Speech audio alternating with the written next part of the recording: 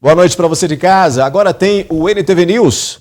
Mais um óbito em decorrência da Covid-19 é confirmado em Patos de Minas. A prefeitura diz que acidente em creche que provocou queimaduras em criança foi causado pela pressão da água no chuveiro. Motociclista morre em violento acidente de trânsito da MGC 354. Você vai ver que armas e joias roubadas em residência são recuperadas e dupla é levada para a delegacia. Vamos mostrar ainda que um bazar mobilizou a comunidade para ajudar famílias carentes no bairro Nossa Senhora Aparecida. A gente fala de saúde também, com foco na prevenção do câncer de boca. Semana da Saúde Bucal é realizada em Patos de Minas. Tem curiosidade, viu? As orientações para a utilização da bandeira do Brasil em comércio. Você vai ver que o inverno começa nesta terça-feira e deve ser marcado por baixa imunidade, além do frio, né? Imunização com a quarta dose das vacinas contra a Covid-19 é liberada em Patos de Minas também. Vamos mostrar o que foi feito para barrar a cachoeira de esgoto no residencial Barreiro. Motoristas de aplicativos sentem os impactos de mais uma alta no preço da gasolina. A gente vai mostrar ainda que acusados de tentativa de homicídio no bairro Lagoinha foram levados a júri na tarde de hoje. Tem ainda análise da notícia e muito mais informações a partir de agora.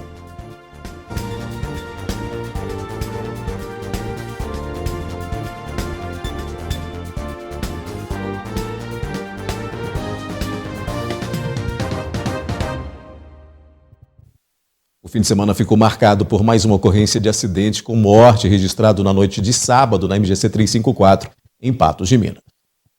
Durante a Operação Corpus Christi, a Polícia Militar Rodoviária foi acionada para atendimento dessa ocorrência. Aqui no local, a equipe se deparou com 2 veículos danificados e ocupando parcialmente a rodovia. O condutor do automóvel, um homem de 24 anos, estava dentro do carro e estava sendo socorrido pelo Corpo de Bombeiros. O veículo parou capotado na pista com a vítima no interior, vítima de ferimentos. Foi socorrida pelo Corpo de Bombeiros até o agarragem. Apesar da vítima estar no interior do veículo, ela não se encontrava com nenhum dos seus membros presos em ferragens. Após ser retirado do veículo, ele foi encaminhado para o hospital se queixando de dor na cervical e com suspeita de fratura na perna. Já o condutor da moto, Juliano César Pereira Souza, de 22 anos, estava caído em uma canaleta a cerca de 60 metros distante aí da motocicleta, já sem os sinais vitais. O SAMU esteve no local e o médico confirmou o óbito. O Corpo de Bombeiros chegou no local, deparou com esse condutor da motocicleta caído na pista de rolamento, politraumatizado, inconsciente. Foi acionado a USA do SAMU, que esteve no local, prestou atendimento e constatou o óbito no local. Já no hospital regional, o condutor do carro disse que seguia sentido a BR-365 quando viu um motociclista no mesmo sentido realizando manobra para entrar em uma via lateral à esquerda que dá acesso a um pesque-pague. Ele ainda disse que tentou desviar também para a esquerda, mas atingiu a dianteira lateral esquerda da moto com a parte frontal direita do seu automóvel. Após o impacto, o condutor informou que não se lembrava de mais nada sobre esses fatos.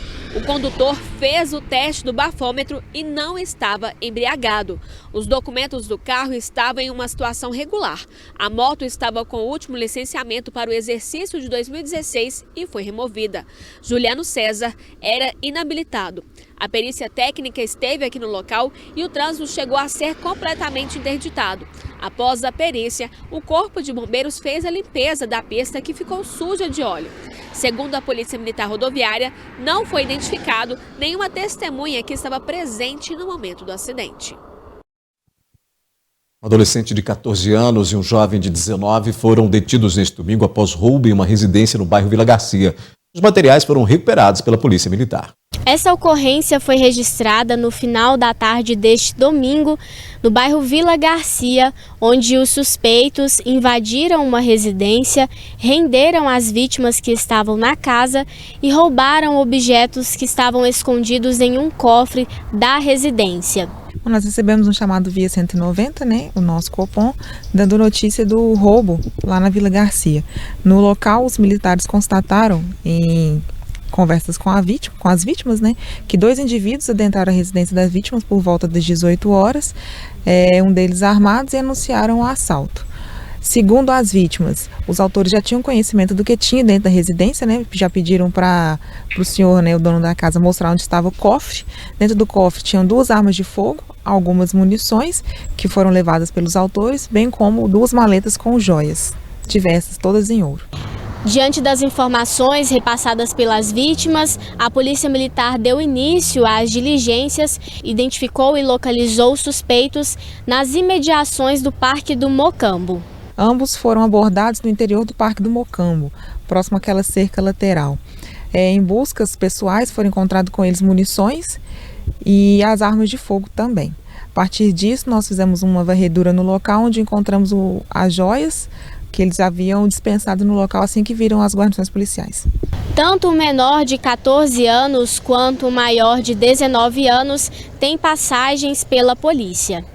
Ambos já tinham passagem policial, já são conhecidos, né, dos militares aí, foram conduzidos em flagrante delito e levados até a delegacia para os procedimentos de praxe da Polícia Civil.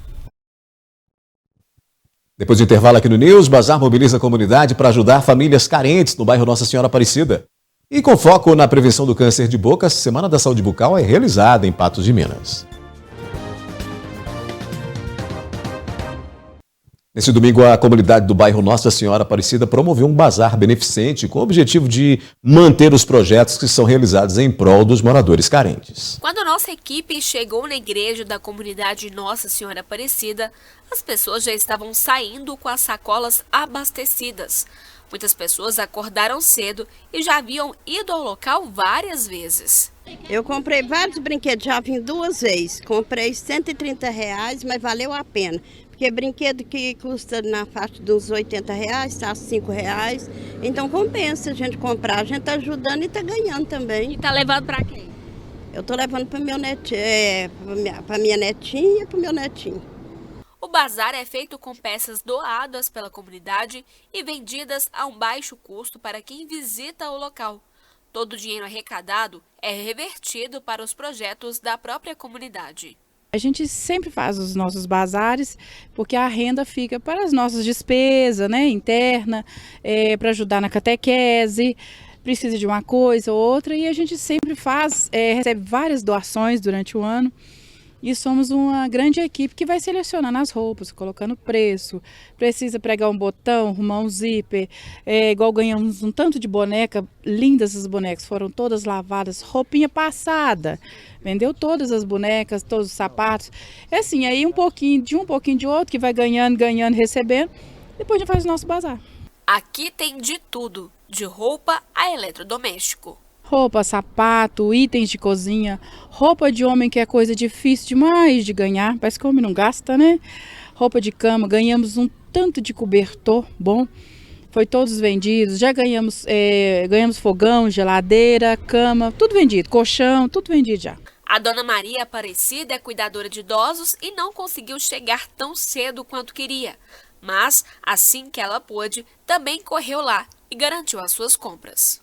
Umas calças, mas não para mim, para doar. 2 vezes que a gente está ajudando, né? Vim para ajudar. A gente precisa também para ajudar também, né? Que a igreja precisa de ajuda, né? E se você quer ajudar, pode fazer a sua doação. O bazar acontece de forma regular. Na comunidade Nossa Aparecida, que fica aqui no final da Avenida Brasil, próximo ao Cristavo. Tem os horários aqui, tem a pessoa que trabalha aqui, pode deixar aqui, nos procurar aqui na comunidade, que a gente está aqui para receber de braços abertos. Se for um móvel grande, alguma coisa, entre em contato conosco que a gente vai lá e busca.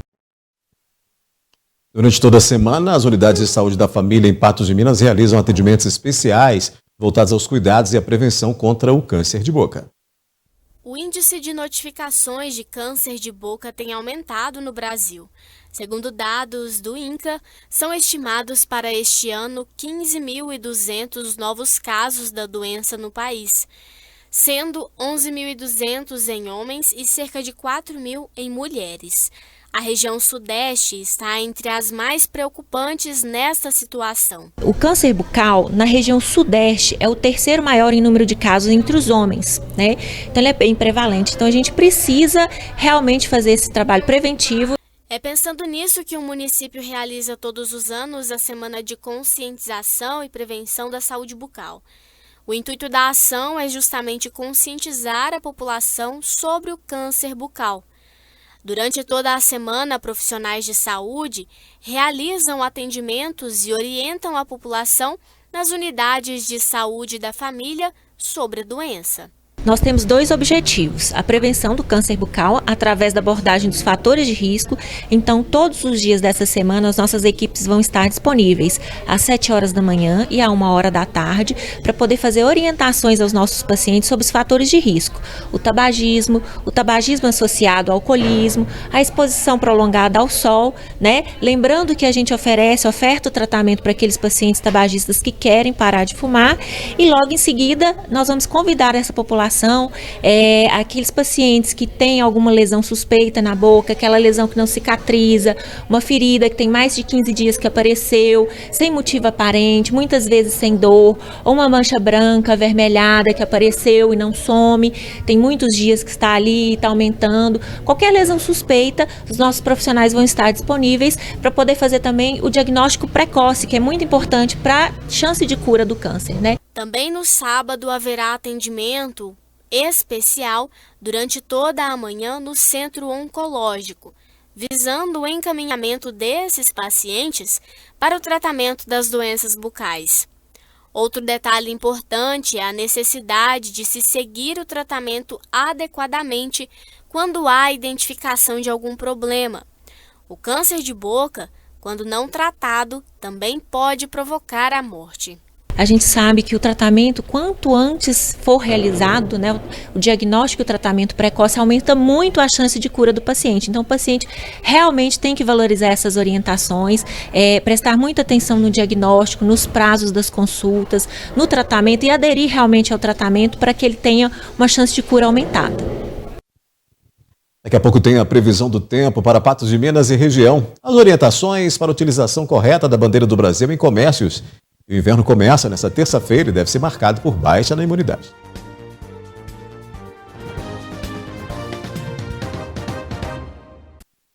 Outono chegando ao fim e o inverno 2022 terá início oficialmente nesta terça-feira, né? Mas como é que deve ser essa estação mais fria do ano para Patos e região? Confira aí.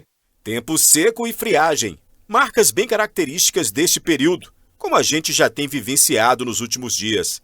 Mas no calendário oficial, a nova estação começa às 6h14 desse dia 21 de junho.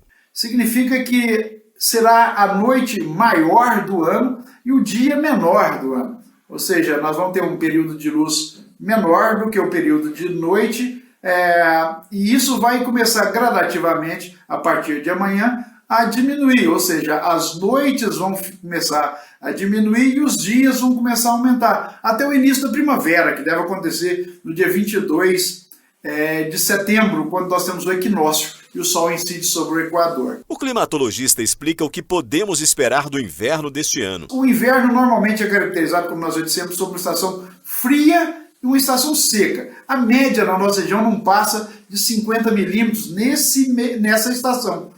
E nós devemos esperar um pouco, esse ano, a precipitação um pouco abaixo da média. Nós devemos ter precipitações maiores no extremo norte e no extremo sul do Brasil, devido a uma influência de um sistema que a gente chama de laninha, quando as águas do Oceano Pacífico ficam um pouco mais frias em relação à média. Esse ano a laninha está muito fraca, eu acredito que ela vai influenciar pouco e nós devemos ter um pouquinho de precipitação aqui na nossa região, que também não deve ser muito mais do que aí 20 milímetros, mais ou menos, durante toda a estação. A baixa umidade, que é marca desta época, requer cuidados especiais durante os meses de inverno. A tendência da umidade relativa do ar é cair para umidade abaixo de 30%, que é extremamente prejudicial. Outra questão, radiação ultravioleta, sem nuvem, sem vapor de água, sem filtro. Então isso faz com que nós tenhamos uma incidência maior de raios ultravioletas. Então, estação que pode caracterizar com algumas entradas de frente fria, nada exagerado, nada que derrube temperaturas como a gente tem visto, mas pode ainda acontecer temperaturas mínima de 10, mínima de 8, isso ainda pode acontecer ao longo da estação do inverno. Então vamos ficar de olho na previsão do tempo para esse início de inverno. Previsão do tempo. Oferecimento New Color. Óticas New Color. 35 anos de tradição e qualidade em Patos de Minas. A terça-feira deve ser com tendência de aumento na nebulosidade. A umidade relativa do ar é de 30% no período da tarde no Alto Paranaíba e Noroeste. Em Patos de Minas, as temperaturas variam de 12 a 27 graus nesta terça. Em Presidente Olegário, de 13 a 28 graus. Em Rio Paranaíba, a previsão é de mínima de 12 e máxima de 25 graus. Em Lagoa Grande, variação de 16 a 28. E em São Gotardo, os termômetros marcam mínima de 12 e máxima de 23 graus.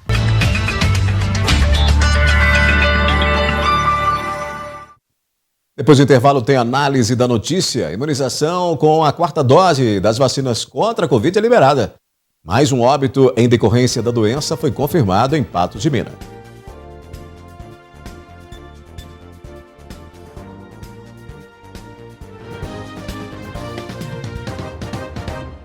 Mais 266 novos casos de Covid-19 foram confirmados em Patos de Minas, elevando para 33.251 a quantidade de infectados desde o início da pandemia, conforme o boletim que você vê aí na tela, publicado na tarde de hoje. O número de óbitos subiu para 592. A vítima, uma mulher de 72 anos, faleceu no dia 2 de junho.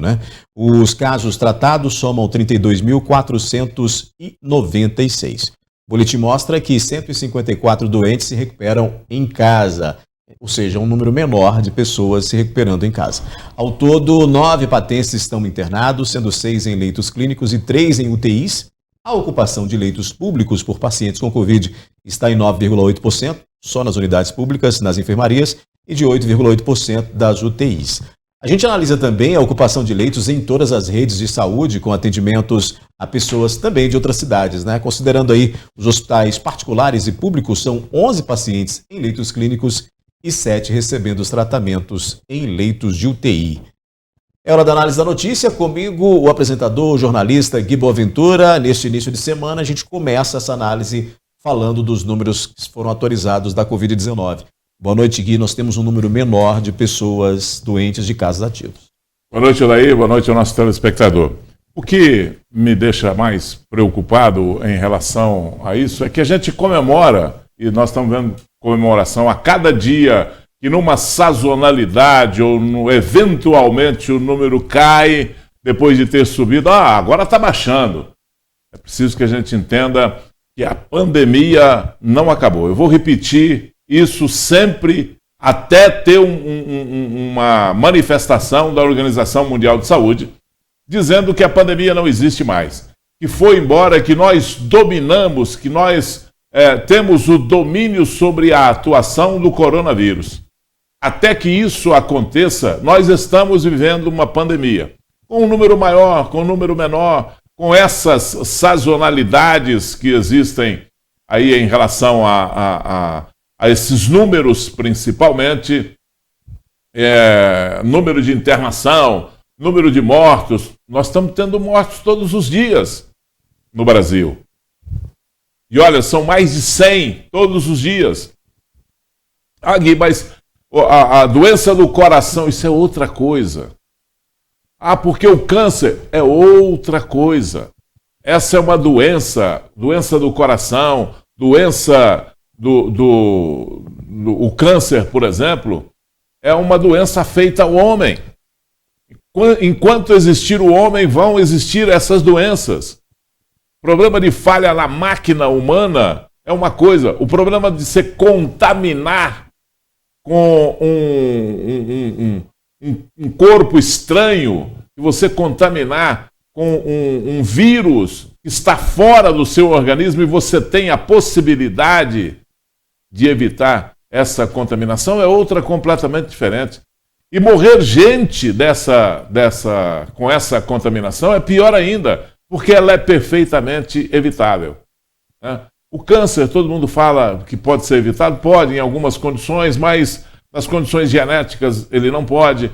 A doença do coração, a pessoa que nasce com aquela predisposição. Então é uma outra coisa, é uma outra conversa, é uma outra análise. O coronavírus, ele está aí, a gente contamina ou não. E sem contaminar, ele vai se exterminar, ele vai acabar.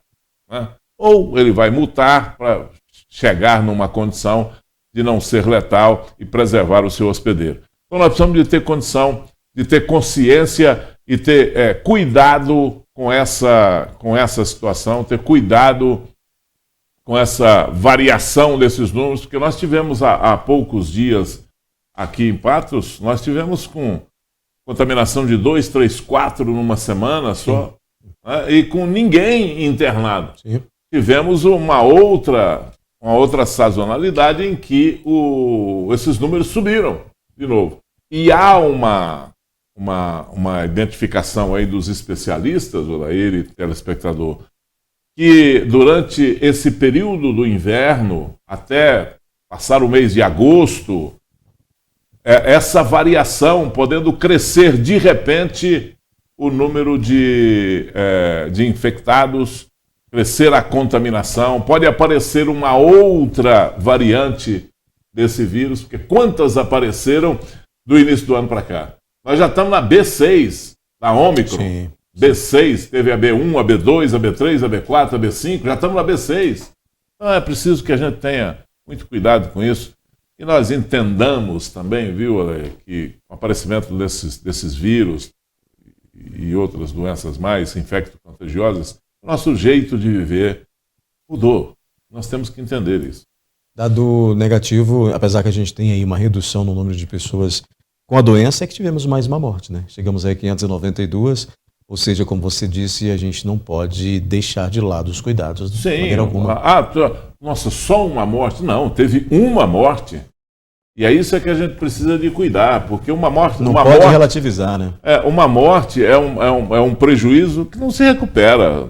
Morreu, é uma morte que afeta muita gente, afeta uma família e, consequentemente, afeta uma sociedade. Olha, o Ministério da Saúde, Gui, anunciou nessa segunda-feira a recomendação da 4ª dose contra a Covid-19 para pessoas acima de 40 anos. Até então, o reforço era liberado para maiores de 50 anos, além de imunossuprimidos e trabalhadores da saúde. O secretário de Vigilância em Saúde também manifesta preocupação com a quantidade de pessoas com vacina em atraso. Cerca de 120 milhões de brasileiros que precisam tomar, quer seja sua D2, que não completou ainda o seu esquema primário, quer seja tomar o seu primeiro reforço ou o seu segundo reforço. O motivo de estarmos aqui hoje, para além de aumentarmos, expandirmos, digamos assim, a população alvo para o segundo reforço, que é de 40 anos ou mais, é muito mais no sentido de convocarmos cada vez mais a população brasileira a procurar um posto de vacinação e tomar a sua vacina. Os trabalhos, os estudos mostram o efeito protetor que a vacina tem nos casos de complicação, de agravamento por Covid-19, do que nós chamamos da Síndrome Respiratória Aguda Grave, o SRAG. Então, pela nova recomendação do Ministério da Saúde, maiores de 40 anos devem tomar 4 doses, de 12 a 39 anos 3 doses e de 5 a 11 anos 2 doses. E olha, a Secretaria Municipal de Saúde publicou o comunicado na tarde de hoje informando sobre a liberação da 4ª dose em Patos de Minas, seguindo essa determinação do Ministério da Saúde, para pessoas com 40 anos ou mais. E no caso das pessoas vacinadas com a Janssen, no esquema primário, também tiveram atualização, sendo recomendado agora o 3º reforço, considerando aí um intervalo mínimo de 4 meses. Meu caro Gui Boaventura, isso expande esse quadro vacinal e também deixa claro que muita gente não tem ido vacinar quando você tem já uma 4ª dose para pessoas a partir de 40 anos, ou seja, nós temos doses lá, não diria sobrando, mas nós temos doses lá que não foram utilizadas e que precisam ser aplicadas. Pois é, e aí é o seguinte, ainda há eu fico imaginando, é o seguinte, ainda há uma grande discussão em torno do vacina ou não vacina. E aí eu te pergunto, você vacina? Vacino. E aí tem muita gente que não vacina. Tem uma corrente de médicos que dizem essa corrente de médicos diz que não se deve vacinar. A vacina traz problema, a vacina isso, a vacina aquilo outro. Essa é uma tese. E tem hoje uma quantidade muito grande de uma outra corrente que diz que tem que vacinar. Os especialistas, todos que se manifestam, dizem que tem que vacinar. Eu, na minha opinião, eu acho que é muito fácil você resolver essa questão.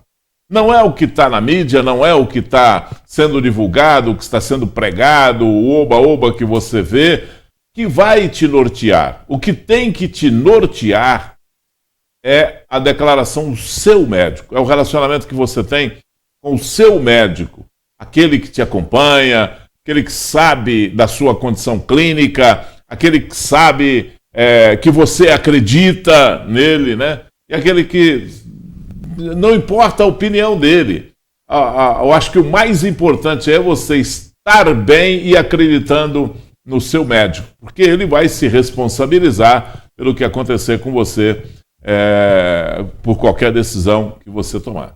Então, eu acho que a maneira mais fácil que existe para se definir isso aí é você acreditar no seu médico. Agora, você que acredita que tem que vacinar, como tantos outros, né, você tem que correr. Essa vacina não pode perecer lá no postinho te esperando. Ela precisa ser aplicada, urgente, rápido. Se você tem mais de 40 anos, corra lá e vacine-se. E é bom que fique claro que é a vacina a única maneira de você prevenir formas mais graves da doença. Então, pelo menos é o que está colocado aí pelos especialistas. Exatamente. Então, quem somos nós para contestar isso aí? Nós estamos vendo cair esses números de contaminação, cair toda essa questão aí da forma mais grave da doença, e vamos fazer o quê, meu? Sabe? Você tem que acreditar em alguma coisa. Muito bem. E vamos fazer uma rápida parada aqui no NTV News. A seguir, a Prefeitura diz que acidente em creche que provocou queimadura em criança foi causada pela pressão da água no chuveiro. O que foi feito até agora para barrar a cachoeira de esgoto no residencial Barreiro? A gente mostra ainda que acusados de tentativa de homicídio no bairro Lagoinha são levados a júri. E motoristas de aplicativos sentem os impactos de mais uma alta no preço da gasolina. Na manhã dessa segunda-feira, uma criança foi socorrida e encaminhada ao atendimento médico após sofrer queimaduras em uma creche no bairro Coração Eucarístico, em Patos de Minas. O menino, que tem apenas 1 ano de idade, estava sendo preparado para o banho quando o incidente aconteceu. Ele foi internado no hospital regional com queimaduras de 1º grau na região próxima ao pescoço. A princípio, a informação era de que o chuveiro tivesse explodido, mas por meio de nota, a Prefeitura afirmou que após a avaliação técnica ficou constatado que toda a instalação elétrica está intacta, indicando que o problema foi causado pela alta pressão da água no equipamento, o que fez com que ele quebrasse. Ainda conforme o texto, o menino foi medicado e passa bem. A educadora que estava com ele foi atingida em um dos olhos pela água, sendo encaminhada ao oftalmologista e também passa bem. De início, a informação que a gente obteve é que teria sido um problema elétrico e esse chuveiro teria explodido. A Prefeitura agora disse que não, que ali foi a pressão da água que fez com que aquilo se rompesse e que a água quente então atingiu essa criança e também o olho dessa servidora. E garante, inclusive, a nota da Prefeitura garante que foi feita uma vistoria e que os equipamentos estão todos intactos, né? Estão bem para o uso. E que isso teria sido aí uma maneira, um uso irregular da pressão da água.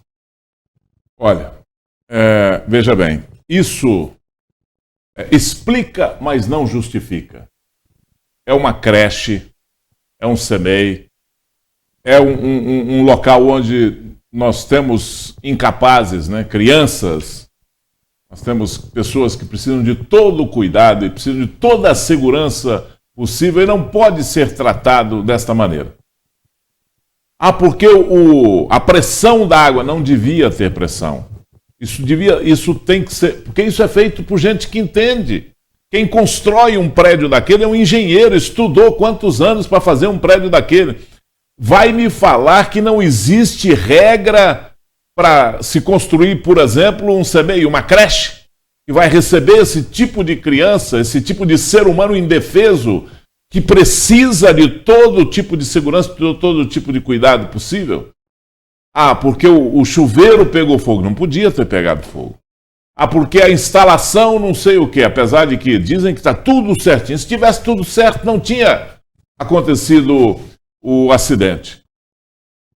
Então, é preciso entender que essa explicação da administração pública explica, mas não justifica.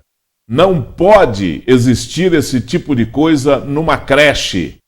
Você tem que levar o seu filho para a creche e entender que aquele prédio que foi construído lá está dentro da especificação exigida, está dentro da regra e que seu filho ou sua filha não corre risco de se machucar ou coloca em risco a própria vida da criança num prédio daquele. Não pode ter improviso numa creche. Então é preciso que a gente aprenda com isso. Aconteceu um acidente. Olha, aconteceu um acidente, foi de uma certa forma grave, mas dos males o menor. Serve para a gente colocar o assunto na mesa e discutir essa situação. A gente entender que é preciso que daqui para frente seja feita uma vistoria técnica por gente que entende, por gente competente em todas essas creches, porque um negócio desse nunca vem sozinho, viu? Olha, Gui, nós mostramos aqui no início do mês que a Copasa começou as obras de implantação de uma rede interceptora para eliminar aqueles resíduos despejados por uma cachoeira de esgoto no Rio Paranaíba, nas proximidades do Barreiro. Nós retornamos mais uma vez ao local para saber o resultado. Depois de inúmeras reclamações e cobranças por parte da população e dos órgãos de meio ambiente para que a cachoeira de esgoto no bairro Barreiro fosse resolvida, a Copasa iniciou as obras de implantação de uma rede interceptora de esgoto no bairro. Um problema de meses que já era de conhecimento da Copasa, mas que não se resolvia. Já era de conhecimento da Copasa, o esgotamento sanitário do bairro Santa Helena e do bairro Barreiro, aqui próximo, ele lançava num interceptor aqui próximo ao rio. E nós tínhamos, já estava previsto na obra resolver esse problema aqui. Já existia um interceptor margeando o rio vindo aqui do bairro Barreiro e Santa Helena. Esse lançamento, ele caía nesse interceptor ao qual foi feita essa elevatória. Porém, ele caía nesse interceptor abaixo da elevatória. Aí a elevatória não estava captando esse esgoto para poder bombear. Cerca de 10 dias após anunciarem a intervenção, nós retornamos ao local para verificar a situação. O esgoto que era despejado no rio foi de fato retirado. Felizmente, ela cumpriu a palavra dela nesse sentido aqui. Esperava que todas as outras também ela cumprisse, tá? Mas essa situação aqui era uma ferida, era uma coisa grave que tinha nas questões ambientais, principalmente para o Rio Paranaíba. Hoje você pode olhar lá depois que a água está clara, ela é dessa forma aí, mas é uma água limpa hoje. Essa contaminação que foi cessada, acabou. Eu acredito ainda que tem a necessidade ainda de fazer a desinfecção desse local aqui, limpar, tirar restos que ficou, essa questão toda, para que realmente o trabalho seja feito de uma forma normal e legal. Nas proximidades há uma estação de bombeamento também construída pela Copasa, mas o local ainda não está em funcionamento. Essa não é a única denúncia a ser resolvida, mas já dá esperança para que os outros locais que precisam de manutenção também sejam solucionados. O tempo foi muito longo, a espera foi uma coisa absurda. Eu volto a falar a importância que tem de vocês mostrar toda essa situação. Existe mais uma cachoeira um pouco menor para cima, nós vamos localizar ela, fazer um acesso legal para a gente entrar lá e mostrar também. Quero que todas elas sejam resolvidas, definitivamente. E aí tem um papel importante do jornalismo, de quem denunciou, evidentemente, mas do jornalismo, que traz isso para a discussão, que dá luz a esse problema aí de anos e anos, né, Gui? E que agora está sendo resolvido e precisa ser resolvido, não só esse como outros também, para que a gente tenha aí um controle sobre esses resíduos que estão sendo descartados irregularmente no Paranaíba, né? Pois é, quando a gente vê um problema desse solucionado, um problema desse resolvido, né? Uma questão solucionada, a gente fica feliz porque deu resultado o trabalho que a gente faz aqui. O que nós fazemos aqui é um jornalismo de resultado. A gente não faz um jornalismo aqui, ao contrário do que muita gente pensa, a gente não faz esse tipo de coisa para fazer oba-oba e para ganhar audiência. Nós já temos audiência. Nós já temos a população nos vendo porque levamos conteúdo, levamos informação todos os dias para a casa das pessoas, né, para que as pessoas sejam bem informadas e saibam o que está acontecendo. Então, quando a gente coloca um assunto desse em cima da mesa, coloca uma reclamação, vai atrás da autoridade, questiona a autoridade, questiona a Copasa, é porque a gente quer ver o problema solucionado. Senão a gente só fazia oba-oba e estava tudo certo. Mas não, a gente acompanha o problema, liga, procura, pede resposta, vai atrás de autoridade, pede interferência de outras autoridades que têm essa competência, né, para solucionar o problema para a população. E mesmo assim, a gente tem uma certa dificuldade, porque num caso desse aí, que estava esse problema aí, para ser resolvido, foi uma verdadeira queda de braço. Há quanto tempo isso está escorrendo lá? Correndo esgoto a céu aberto. E quantos outros pontos ainda tem em Patos de Minas que precisam ser resolvidos, que precisam ser solucionados e não são. Então é preciso que esses assuntos continuem sendo abordados aí pela população, em primeiro lugar, reclamação da população. As autoridades, quando é o caso, por exemplo, da Copasa, as autoridades ambientais precisam de participar, como é o caso aí do Zica, que está sempre atento aí, participando.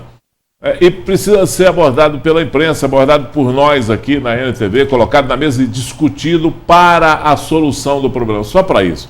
Não é para jogar pedra em ninguém, não é para fazer oba-oba, não é para denegrir ninguém, é para solucionar o problema. Quando soluciona, palmas para quem solucionou o problema. Antes tarde do que nunca.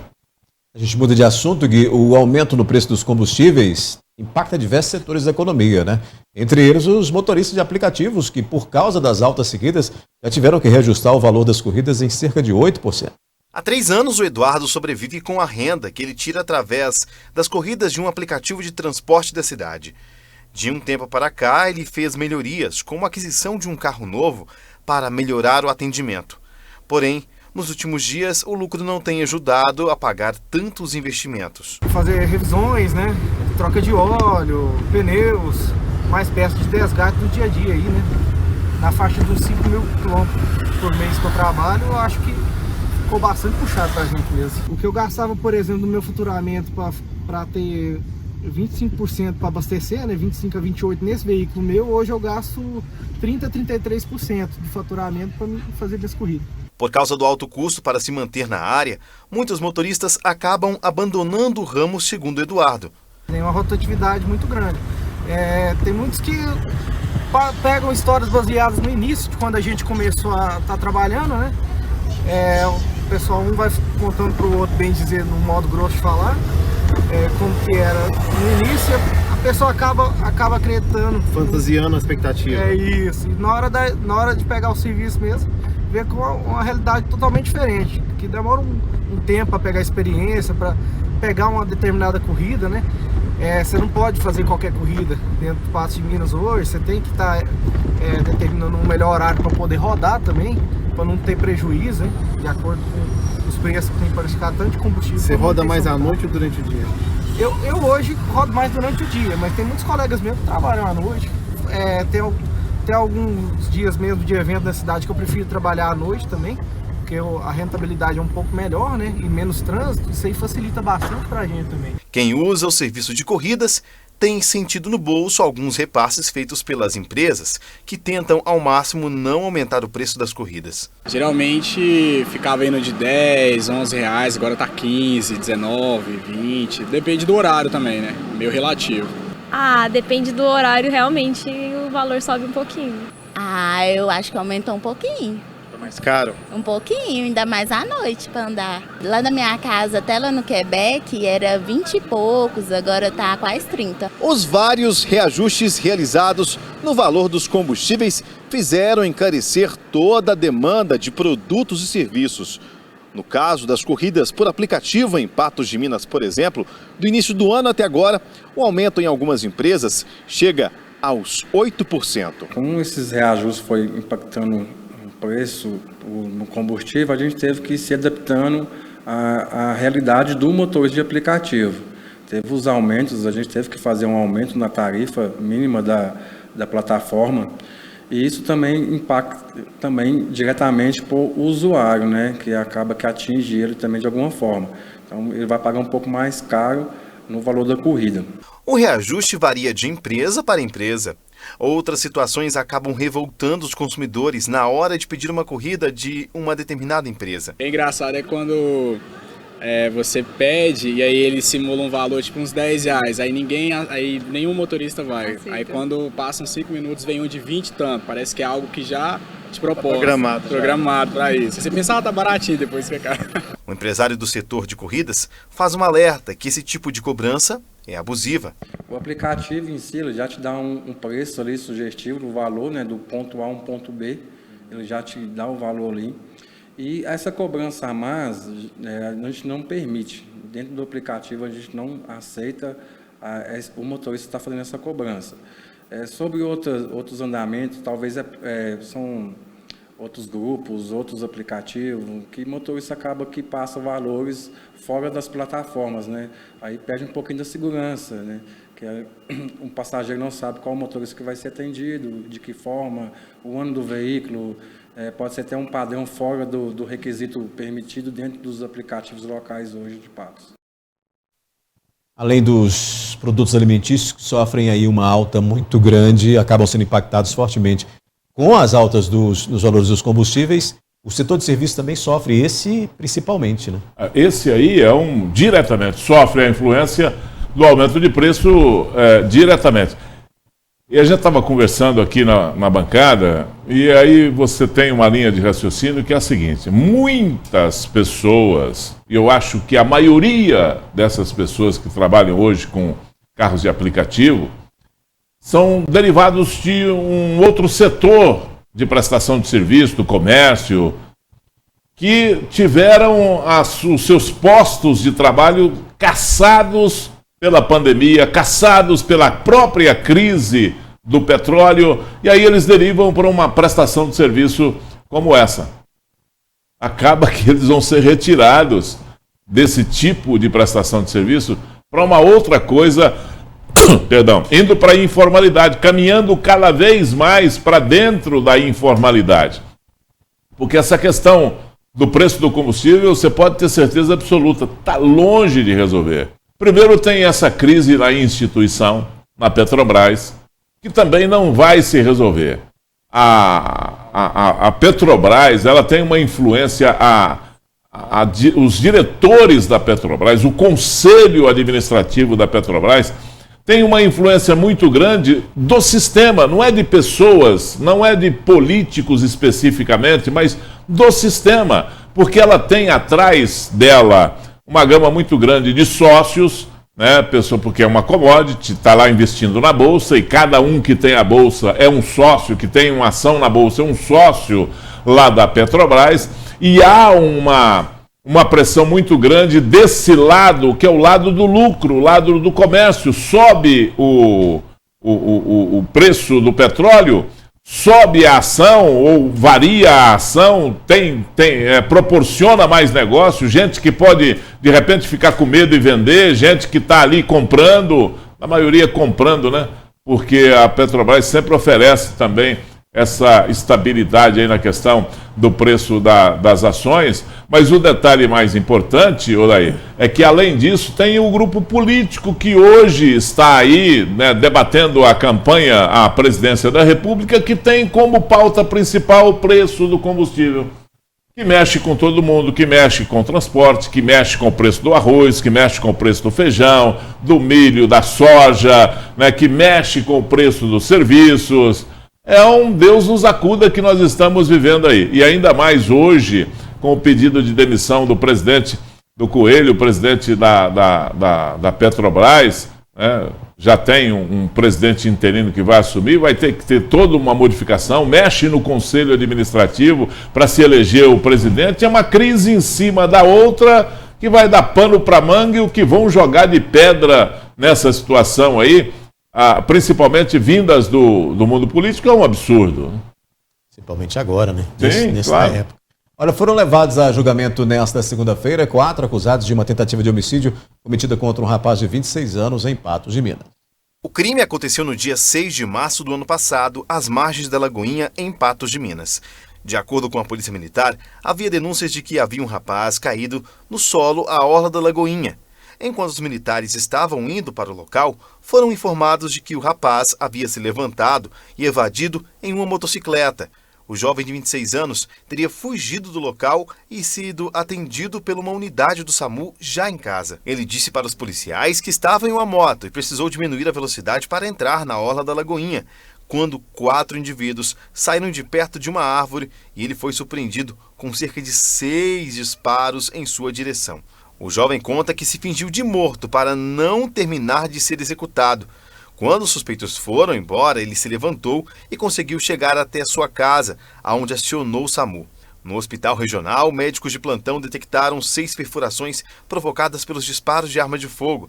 Os tiros atingiram a região da pelve, 2 na perna esquerda, 1 na barriga e outro na mão esquerda. Ele ficou cerca de 2 semanas internado e foi liberado. Na época, 3 dos 4 suspeitos do crime foram presos e negaram a participação no crime. Na casa de um dos suspeitos, que não foi localizado, os militares encontraram drogas e materiais ligados ao tráfico de drogas. Na tarde desta quarta-feira, 4 pessoas foram levadas à júri. Apenas 3 compareceram. De acordo com a advogada de um dos suspeitos, seu cliente não teria cometido o crime. A versão foi confirmada pela própria vítima em tribunal. A defesa, desde a fase embrionária, vem sustentando negativa de autoria. Vamos manter, embora o nosso cliente narre toda a dinâmica do crime, por ele ter presenciado, o que é diferente de participado, a defesa sustenta e insiste na negativa de autoria. A vítima foi ouvida hoje em plenário e falou com toda tranquilidade.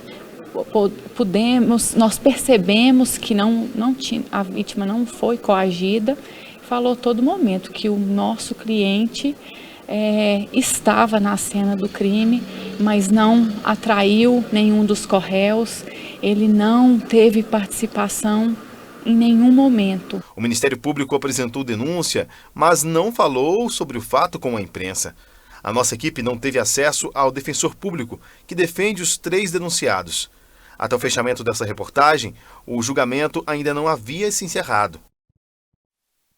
A gente está acompanhando, o julgamento está terminando, mas ainda não temos o resultado aí do que foi decidido com relação a esses réus. Passageiros que deveriam seguir de Patos de Minas para São Paulo pela empresa Adamantina ficaram na mão nesta segunda-feira. Fiscais da ANTT constataram irregularidade, na documentação desta empresa e impediram a viagem. Os passageiros ficaram furiosos com a falta de informação e de assistência. A Adamantina é uma das empresas de transporte interestadual de passageiros que oferece a linha Patos de Minas para São Paulo e vice-versa. Segundo informações apuradas pelo jornalismo da NTV, a Adamantina não possuía a documentação necessária para oferecer os trechos e, por isso, operava pela Transbrasil. Entretanto, a Transbrasil não possui autorização da Agência Nacional de Transportes Terrestres, a ANTT, para oferecer o transporte Patos de Minas para São Paulo e nem o trecho contrário. Depois de uma denúncia, fiscais da ANTT constataram a irregularidade e, na última sexta-feira, um dos ônibus que deveria seguir para São Paulo foi apreendido.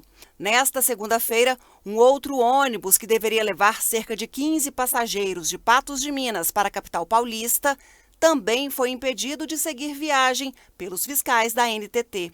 Os passageiros ficaram surpresos e indignados com a falta de amparo da empresa. Simplesmente chegamos aqui, vi aquela movimentação, não tinha ninguém para dar um suporte para a gente, uma resposta para a gente. E a Expresso Adamantina não tinha ônibus, segundo o relato de pessoas que trabalham aqui na rodoviária. Isso vem acontecendo durante a semana, desde a semana passada, porque eles estão irregulares, com documentação toda irregular, e não tiveram plano B para a gente, nem hotel, nem um ônibus reserva, enfim. Fui questionar a moça do guichê, a responsável do guichê da empresa, os chefes da mesma não atendem, não dão respaldo para ela, ou seja, seja, eu sei que ela não tem culpa, mas assim, estamos com pessoas idosas aqui aguardando para embarcar. Trabalho amanhã em São Paulo de manhã, a moça que fez o BO comigo também trabalha de manhã, e a gente não tem nenhum respaldo, nenhuma resposta até agora. Então, assim, é um descaso com o cliente, com o ser humano. Tem pessoas idosas aqui para aguardando para embarcar. Então, estamos uma hora de atraso, sem resposta, sem uma ideia se a gente vai conseguir chegar em São Paulo no destino amanhã, infelizmente. Foi feito um boletim de ocorrência, então? Sim, acabei de fazer o boletim de ocorrência aqui na praça, em frente à rodoviária mesmo, que o pessoal me indicou. Fiz o BO, já mandei pro cara do Procon aqui em Patos mesmo, para ver se a gente faz uma movimentação, porque é um desrespeito com a gente. Nós pagamos uma passagem de R$199 para chegar em São Paulo e não tem como chegar. Sabia que tem passageiros aqui em São Paulo, no mínimo uns 15 passageiros aqui, em Araxá, ou seja, porque é um roteiro, uma rota que o ônibus faz, né? Lá estão esperando também, ou seja, lá também estão sem resposta, com certeza. Araxá, Ribeirão Preto, enfim, várias cidades que o ônibus passa para pegar passageiros, não tem resposta, como a gente não teve aqui. Chegamos para embarcar aí, cadê o busão? Não tá aqui. O jornalista da NTV não conseguiu falar com o responsável pela empresa e os clientes, os passageiros, têm toda a razão, porque é um estresse desnecessário, né? Pois é, mas aí é o seguinte, essa relação é a relação que está contemplada no Código de Defesa do Consumidor. Agora, basta ter a lei, nós não temos estrutura para aplicar a lei, porque esse pessoal está jogado ao Deus dará na rodoviária, aqui de Patos. Vai procurar quem? Quem sabe se procurar o bispo ele resolve alguma coisa, porque não tem plantão do Procon, não tem... Isso só registra uma ocorrência com a polícia, que também não pode entrar no mérito dessa situação, porque aí é uma outra seara da justiça, que movimenta-se de uma maneira diferente na justiça, mas a empresa, ela tem obrigação de dar todo o suporte e não deixar esse pessoal passando esse perrengue que está passando lá na rodoviária. Quando há uma interrupção de uma viagem, esse pessoal aí tem direito à hospedagem, tem direito à alimentação, perdão, e tem direito a todas as informações pertinentes, tem direito à assessoria e até uma possível reclamação por uma perda ali na frente, por perder um horário, por perder um negócio, por perder uma reunião. Essa pessoa pode acionar a justiça e ter a reparação disso. Agora, tá lá, ó, todo mundo na rodoviária de cá, né? Tá ali de cá, todo mundo na rodoviária, ao Deus dará, sem nenhuma assistência, não existe uma autoridade que tem para esse pessoal ter acesso. Essa é a grande falha. A lei existe, a estrutura não. Como se faz para aplicar a lei sem ser injusto nessa situação? Porque, de qualquer maneira, esse pessoal já está sofrendo uma injustiça muito grande. Nem a lei está valendo para essas pessoas aí, para socorrer essas pessoas. Por quê? Não tem a quem recorrer. É um absurdo isso, mas é uma realidade. Você chega numa capital, você chega num terminal do Tietê em São Paulo, você tem autoridade ali fiscalizando o tempo inteiro, você tem a porta lá do DENIT para você ir lá recorrer, você tem o Procon, você tem a autoridade, você tem a possibilidade disso ser solucionado imediatamente. A empresa pode ser chamada às falas por uma autoridade e ser ordenada a solucionar o problema. Isso é uma vergonha para nós, mas é assim.